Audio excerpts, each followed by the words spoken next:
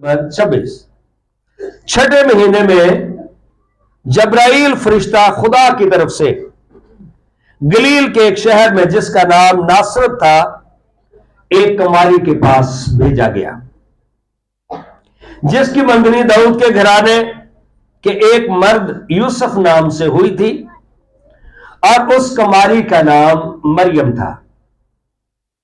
और फरिश्ता ने उसके पास अंदर आकर कहा, सलाम तुझको जिस पर फजल हुआ है, खुदावंद तेरे साथ है। हाँ जी, खुदावंद तेरे साथ है। तो यहां पर भी हमें पता चलता है, ये पिछले संडे में भी हमने मरियम पर गौर किया था, आज उससे अगली बात पर हम गौर करेंगे।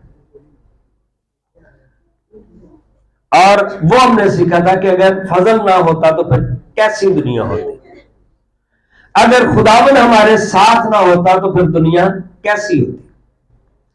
आज हम देखते हैं जिनके साथ खुदा होता है वो कैसे होते हैं। हालेलुया। जिनके साथ खुदा होता है वो कैसे होते हैं। ठीक है। सो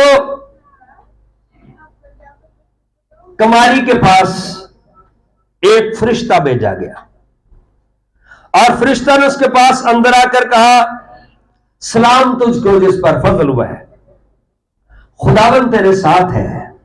आमीन। खुदावंद, ये कलाम की तो अलग बात है, दुनियावी तौर पर ये बहुत बड़ा जुमला है। अगर कोई बड़ा शख्स कह देता ना किसी को, मैं तेरे साथ हूं, हिम्मत बढ़ जाती है। जब फरिश्ता ये कह रहे हैं, पैगाम खुदा ने भेजा कि उनको बोल कि मैं उनके साथ हूं, और वो आकर बताता है खुदावंद तेरे साथ है। हालेलुया। इस तरह से हमारा क्रिसमस फिर ढीला डाला क्यों? खुदावंद आपके साथ है। हालेलुया।